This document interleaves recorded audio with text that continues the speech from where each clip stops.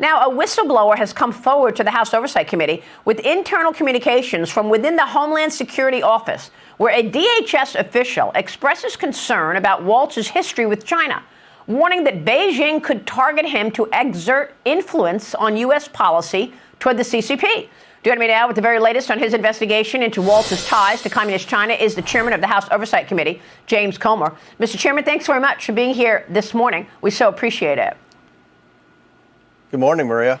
Tell us what your investigation is zeroing in on.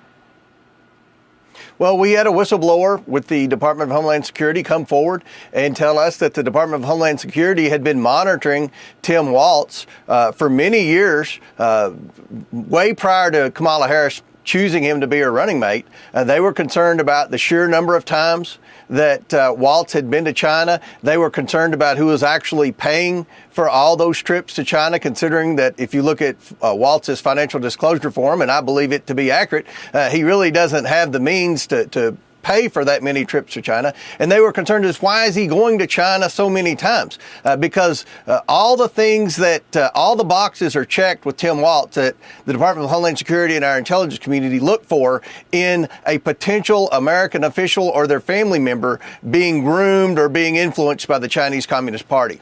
So do you think that the CCP targeted Waltz years ago? And do you believe that the CCP paid for all of those trips? And we're talking about between, 15 and 30 trips to China, which he has admitted that he's gone back and forth when he was teaching there. Did the CCP pay for those trips?